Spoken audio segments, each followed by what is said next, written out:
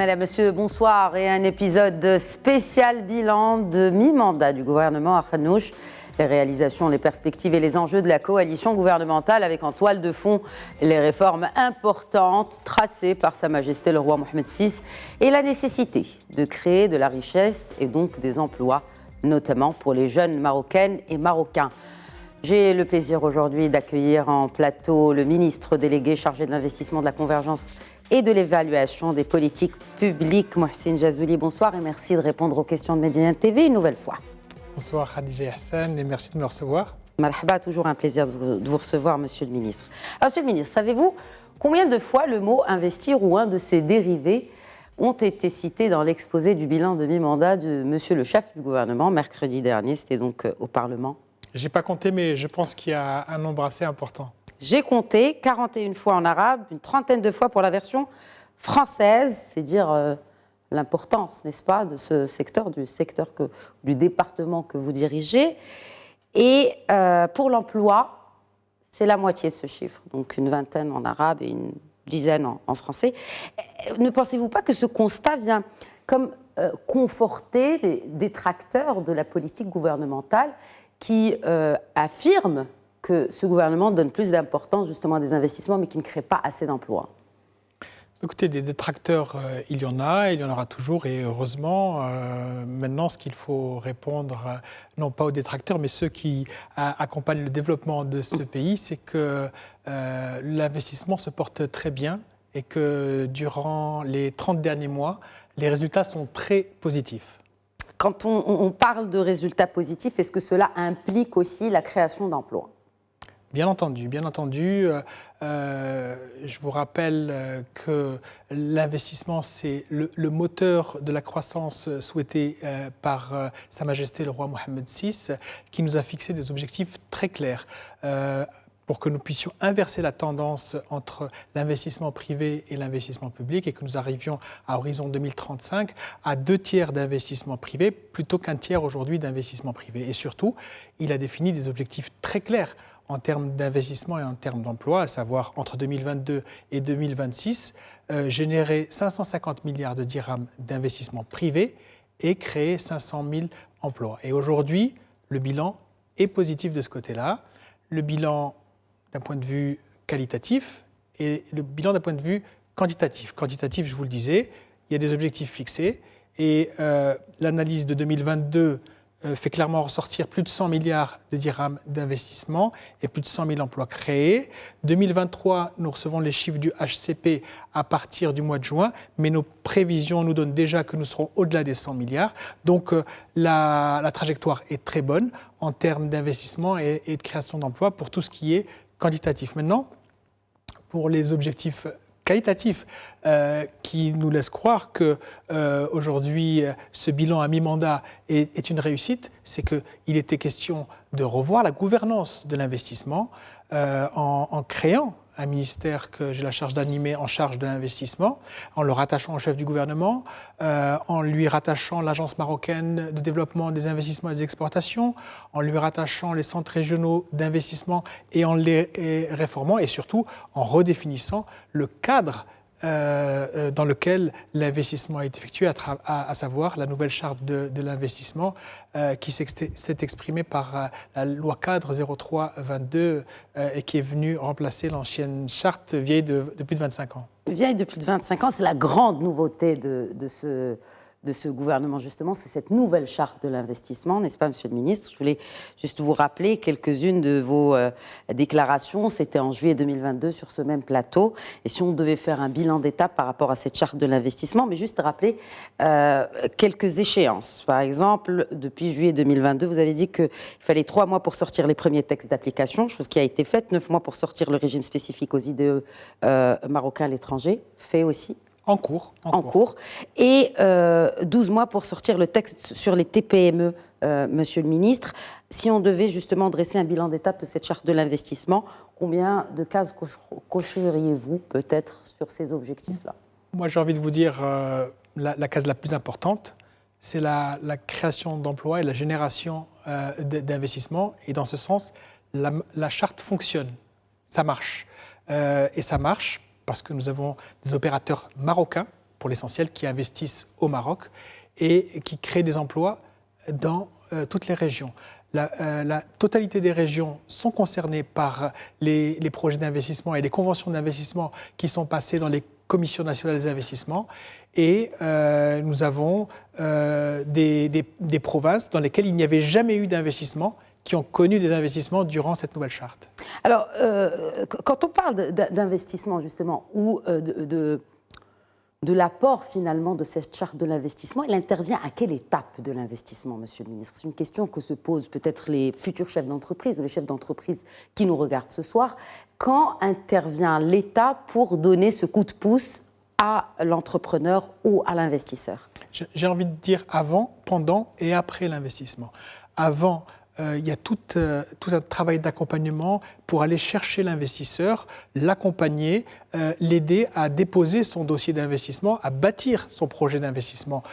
Pendant, bien sûr, c'est pendant l'investissement, en l'accompagnant. En l'accompagnant financièrement. Financièrement, en libérant les primes au fur et à mesure de l'état d'avancement de son projet d'investissement. Et après, quand il a démarré sa production, l'accompagner par la suite pour l'aider et faciliter son acte d'entreprendre. Est-ce que vous pensez qu'avec cette expérience de la charte de l'investissement, en toute objectivité, Monsieur le ministre, est-ce que la confiance a été rétablie avec le secteur privé? Est-ce que le secteur privé aujourd'hui, marocain, vous l'avez dit tout à l'heure, il représente quand même le plus dur de votre stratégie d'investissement? On passera bien sûr évidemment aux investisseurs étrangers plus tard, mais est-ce que vous sentez qu'il y a un retour de confiance? Est-ce que les investisseurs sont prêts à mettre le capital nécessaire pour investir dans les 12 régions du royaume? La réponse est clairement oui. Je vous le disais, 80% des investissements sont faits par des Marocains. Et un chiffre qui ne trompe pas, depuis la nouvelle charte de l'investissement, nous avons fait 5 fois plus à temps comparé par rapport au précédent gouvernement. Nous avons fait 5 fois plus en termes d'investissement et 7 fois plus en termes d'emplois à créer. Donc la réponse est clairement oui. La confiance est là. Il y a ce momentum Maroc auquel le monde entier croit et donc bien entendu auquel les Marocains croient énormément. C'est les résultats aussi de vos rencontres un peu avec le secteur privé, mais il y a certaines réticences qui persistent. Ne pensez-vous pas que, effectivement, peut-être qu'avec ce texte sur les TPME, peut-être que ça pourrait changer les choses? Si oui, on peut l'attendre pour quand? Alors, déjà, ce qu'il faut savoir, c'est que nous avons baissé le seuil au-dessus duquel on peut soumettre un dossier d'investissement. Il était 200 millions, on l'a passé à 50 millions. Ça veut dire que déjà, on va couvrir un plus grand nombre d'investissements qui sont naturellement éligibles grâce à cette nouvelle charte. Et ensuite, il restait à couvrir la frange de 50 millions à en dessous. Et c'est ça, ce fameux décret qui va sortir pour accompagner les projets. Il va sortir quand ? C'est imminent. Nous le proposons au Conseil du gouvernement dans les prochaines semaines et ensuite il sera opérationnel puisque c'est un décret et on pourra le mettre en application au niveau des différentes régions. Et ce décret précise exactement la nature de la TPME qui sera accompagnée, à savoir notamment en termes de chiffre d'affaires, d'autant plus que vous n'êtes pas sans savoir qu'on a encore du mal à définir qu'est-ce qu'une TPE au Maroc. On va en profiter justement pour mettre tout le monde d'accord sur les seuils de ce qu'on entend par très petite, moyenne entreprise, start-up, enfin tout ce qui aujourd'hui permettra de fixer les bonnes limites et d'accompagner toute cette population importante d'entreprises qui représente à elle seule plus de 80% des emplois au sein du pays. Vous dites que vous confirmez que le climat des affaires s'est amélioré au Maroc ? Certainement. Pour la première fois, nous avons une stratégie pluriannuelle relative au climat des affaires qui a été validée lors de la précédente Commission nationale de l'environnement des affaires présidée par Monsieur le chef du gouvernement et au cours de laquelle nous avons déroulé les différentes actions, 47 plus précisément, à dérouler sur les 3 prochaines années et on a déjà lancé 70% de ces actions-là parmi lesquels la simplification des procédures administratives. Selon quels critères vous avez mis en place justement les étapes ou en tout cas les actions à entreprendre pour améliorer le Un critère très simple qui est celui de l'impact sur le citoyen. Et en changeant un petit peu la façon de voir l'accompagnement des citoyens et des investisseurs en particulier, et en arrêtant de parler de process ou de procédure, mais plutôt de parcours de l'investisseur. Et raisonner, nous, l'État, comme étant une entité qui doit accompagner l'investisseur tout au long de son parcours pour investir ou pour entreprendre. Oui, mais là, vous dites une entité. Vous êtes plusieurs entités dans ce gouvernement. C'est-à-dire, et l'investisseur est concerné par plusieurs départements, justement. Là, en l'occurrence, l'entité, c'est l'investisseur. Et nous, l'État, ce sont plusieurs entités. Et nous devons travailler ensemble pour mettre en place ce qu'on appelle l'interopérabilité, pour que lorsque vous venez pour investir et que vous présentez un dossier, on ne vous redemande pas le papier que vous avez eu auprès de notre administration, mais nous, l'administration, on le récupère. Ce qu'on appelle l'interopérabilité. De la même manière, la digitalisation des process au maximum, de telle manière à ce que vous puissiez directement saisir vos informations et suivre votre dossier de manière électronique. Donc tout ça, et la simplification de surcroît qui permet aussi de réduire le nombre de pièces qu'on demande aux investisseurs. Elle a été réduite pratiquement de moitié. Donc tout ça fait que oui, le climat des affaires s'est amélioré sur les 30 derniers mois parce qu'on a mis en place des actions qui portent déjà leurs fruits aujourd'hui sur le terrain. Donc vous le confirmez, le climat des affaires s'est amélioré, Monsieur le Ministre, et sur tous les territoires. Complètement. Sur les 12 régions du Maroc. Écoutez, on est en train maintenant de descendre au niveau des territoires à travers, là aussi, une opérationnalisation avec les centres régionaux d'investissement et leur pendant, qui est la Commission régionale unifiée des investissements, dans laquelle figurent toutes les représentations des départements sectoriels au sein des territoires. Et là, on travaille à sortir l'amendement de la loi 47-18. La loi 47-18, c'est la loi qui forme les CRI. Qui date de 2019. Voilà, et donc nous sommes en train de travailler pour l'amender. Et elle passera jeudi prochain au Conseil du gouvernement pour entrer ensuite dans le circuit législatif, de telle manière à ensuite aller sur le terrain, simplifier l'acte d'investir et l'acte d'entreprendre au sein du Royaume. Ce texte qui est donc en gestation, comment il est différent du précédent? Qu'est-ce qu'il apporte en termes de pérennisation, justement, de tous ces acquis pour l'acte d'entreprendre, pour la facilitation de l'acte d'entreprendre? Il fait partie d'un tout. Il fait partie d'un tout. C'est un texte fondateur des CRI auquel je tiens à rendre hommage. Les CRI, avec le ministère de l'Intérieur, ont fait un travail formidable et ils ont fait la première génération de CRI, ils ont travaillé sur la deuxième génération de CRI, les 2.0, et maintenant nous travaillons sur la 3.0, et c'est un tout avec la simplification des procédures, je vous le disais, mais également avec la déconcentration des process administratifs qui vont permettre justement plus de flexibilité, plus de souplesse au sein des territoires. Et les CRI, comme les commissions régionales unifiées des investissements, les CRUI, vont pouvoir avoir plus de souplesse et plus de réactivité vis-à-vis de l'action. Est-ce qu'aujourd'hui, un CRI est capable, par exemple, de planifier du foncier?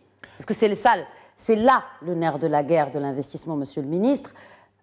Ou détrompez-moi, ou corrigez-moi si je me trompe. Le foncier est important. Le foncier est très important. Oui. Est-ce que le CRI a son mot à dire là-dessus, dans la planification du foncier industriel, par exemple? En fait, il faut bien distinguer le CRI, qui est le Centre régional d'investissement, de la CRUI, qui est la Commission régionale unifiée des investissements. Où interviennent dans laquelle, plusieurs acteurs. Voilà, il y a tous les départements qui sont concernés, y compris les départements concernés par le foncier. Et donc tous ces départements ont leur mot à dire et sont là pour œuvrer à faciliter l'accès au foncier à l'investisseur. Et donc nous allons aller encore plus vers la prise de prérogative des CRUI concernant le foncier et concernant la mise à disposition de ce foncier à l'investissement productif. Mais quand on dit la mise à disposition de ce foncier, est-ce que c'est au niveau local ou c'est au niveau national ou c'est au niveau d'autres départements? Non, c'est au niveau local. C'est au niveau local. C'est au niveau des collectivités territoriales. Tout à fait. Et là, c'est une commission justement qui est censée faciliter l'accès au foncier. Tout à fait. Et du coup, le rôle du CRI pourrait aller plus vers Un facilitateur, c'est un facilitateur. Le CRI est un facilitateur. Pas en tant qu'acteur, ou en tout cas qui va réunir tout l'acte d'investir. C'est un facilitateur avec un certain nombre d'acteurs décentralisés qui permettent justement de prendre les bonnes décisions pour faciliter l'investissement. Très bien. Est-ce qu'on parle d'une harmonisation de l'acte d'investir dans toutes les régions? Est-ce que c'est le cas aussi dans tous les CRI de toutes les régions? Vous avez loué tout à l'heure les efforts justement des CRI. Est-ce qu'aujourd'hui, est-ce qu'il y a une harmonisation de la vitesse aussi d'évolution de tous les CRI? Alors, nous sommes en train de faire un travail de proximité avec l'ensemble des 12 CRI où nous partons de la stratégie nationale d'investissement. On sait clairement comment les 550 milliards vont se décliner sur les 5 années, de 2022 à 2026. On sait comment elles vont se décliner par territoire, sur chaque région, et on sait aussi comment elles vont se décliner secteur par secteur. Donc c'est tout naturellement que nous travaillons la main dans la main avec chacun des 12 CRI pour qu'il ait chacun son objectif par année et par secteur. Et à côté de ça... Donc on fonctionne par objectif, un peu comme une entreprise. On fonctionne par objectif parce que le souverain nous a fixé un objectif très clair de 550 milliards de dirhams entre 2022 et 2026. Donc cet objectif-là, nous le territorialisons et nous le sectorialisons de telle manière à ce que chacun sache exactement ce qu'il a à faire. Et ça se passe très bien, ça facilite l'action au quotidien. Et ça facilitera ce nouveau texte de loi davantage l'action au quotidien pour les CRI. Complètement. J'ai insisté parce que ça fait aussi partie des messages royaux pour cette réforme des CRI qui est toujours en cours et qui est censée justement accompagner cette nouvelle ère de l'investissement, si on peut l'appeler ainsi. D'ailleurs, monsieur le chef du gouvernement l'a appelé ainsi, cette nouvelle ère de l'investissement. Parlons à présent des investissements étrangers au Maroc. Alors, le flux net des investissements directs étrangers a reculé en 2023 par rapport à 2022, quand même une baisse assez conséquente, moins 53%, selon bien sûr les statistiques de l'Office d'échange. Et si on voit ces chiffres et qu'on compare avec ce que vous venez d'annoncer et avec toutes les annonces qui se font, monsieur le ministre, on a quelques questions à se poser par rapport à ce paradoxe. Comment y répondre? C'est normal que vous posiez les questions. Moi aussi, je me suis posé les mêmes questions en regardant les chiffres, mais les réponses sont très claires et elles sont à plusieurs niveaux. D'abord, effectivement, en 2023, dans le monde entier, les IDE ont baissé. Je crois de l'ordre de 12% mondialement et près de 40% au niveau africain. Deuxième chose, les investissements directs étrangers sont mesurés année par année et parfois un investissement qui se fait à la limite de novembre ou de janvier peut faire basculer d'un côté ou de l'autre. C'est pour ça que c'est important de regarder toujours les 12 mois glissants pour avoir la réalité de la dynamique de l'investissement direct étranger. Et d'ailleurs, la dynamique est bonne. Qu'est-ce qui vous fait dire cela, monsieur le ministre? Alors, janvier... On est en 2024, on est à la presque mi-2024, on a déjà entamé le deuxième trimestre. Alors, nous avons les chiffres de janvier, février et nous aurons bientôt mars. Oui. Pour janvier et février, ce sont les 2 mois records de l'investissement direct étranger dans le royaume. Jamais on n'avait eu ces 2 chiffres-là, et pour la simple et bonne raison que 2022-2023, c'est des IDE qu'on a un peu hérités du précédent gouvernement. Je ne jette pas la pierre, je dis simplement que c'est une dynamique. Et nous, vous savez qu'un investissement, quand vous commencez à aller le chercher, avant qu'il se mette en place, il faut 2-3 ans. Donc c'est tout naturellement. Ah oui, quand même.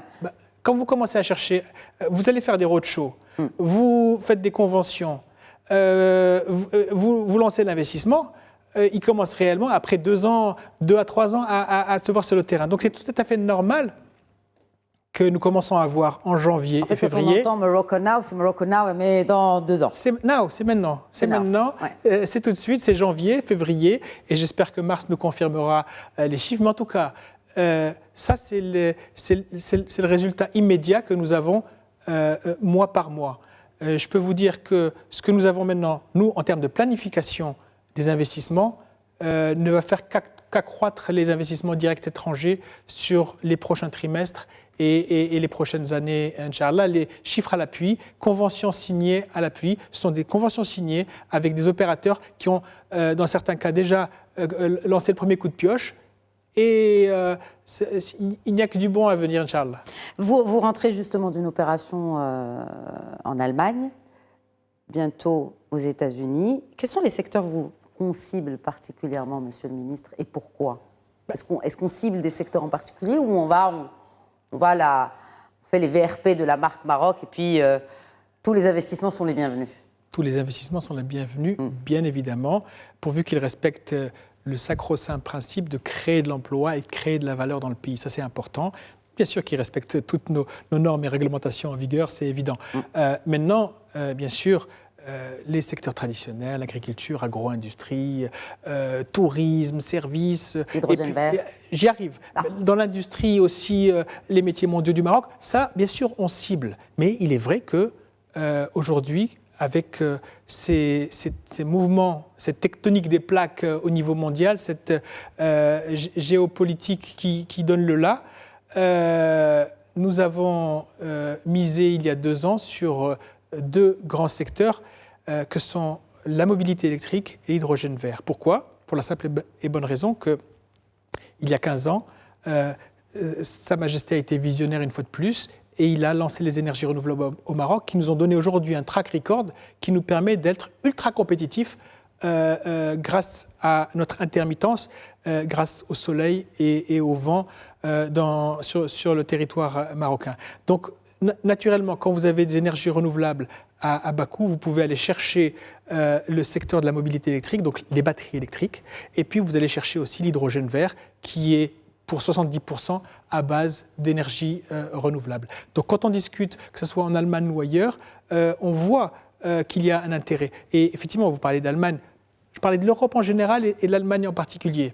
Il y a 2 soucis, quand on les entend, ils ont un problème de compétitivité aujourd'hui et un problème d'énergie.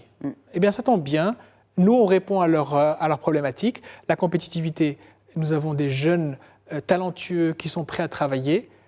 Je dis toujours, l'âge médian en Europe est de 44 ans, quand au Maroc, il est de 29 ans. Quand on est un investisseur international, on regarde est-ce qu'il y a des jeunes prêts à travailler et bien formés. Et c'est le cas du Maroc. Donc ça, c'est le problème de compétitivité qui est lié aussi au problème d'énergie. Aujourd'hui, avec la volonté forte de décarboner l'économie européenne, le Maroc trouve sa place pour la simple et bonne raison que nous avons des énergies renouvelables disponibles et à bas coût, 6 à 10 fois moins cher que certains pays européens.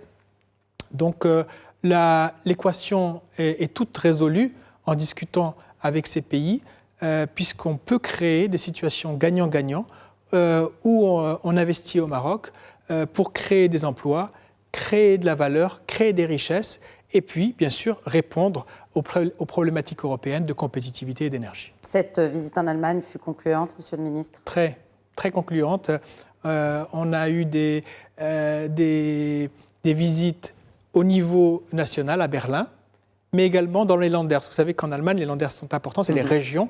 On était à Hanovre ou bien à Munich, et on a vraiment tâté le pouls des opérateurs. Et ça se sent tout de suite. À la fin d'une séance Morocco Now où on vante les mérites du pays, ils viennent nous voir. Pourquoi ils viennent nous voir? Tout simplement parce qu'ils aiment la stabilité du royaume grâce à la vision de Sa Majesté. Ils aiment la jeunesse de notre population, je vous en ai parlé. Ils aiment la disponibilité de nos énergies renouvelables, notre logistique de classe mondiale, et puis également nos accords de libre-échange, puisque, comme vous le savez, nous avons plus de 50 accords de libre-échange qui nous permettent de toucher 2,5 milliards de consommateurs. Et ça, ce n'est pas négligeable pour un investisseur. C'est un bon argument de vente, en tout cas, tout à fait. de la destination Maroc. Monsieur le ministre, donc vous êtes aussi en charge de la convergence et de l'évaluation des politiques publiques. Que répondez-vous, j'ai commencé avec les détracteurs, je finis avec, que répondez-vous à celles et ceux qui disent qu'il y a une cohérence plutôt qu'une convergence de l'action gouvernementale? Je ne vais pas rentrer dans Est-ce qu'il y a une convergence, concrètement, monsieur le ministre? Écoutez, ce qui est important, c'est 2 choses.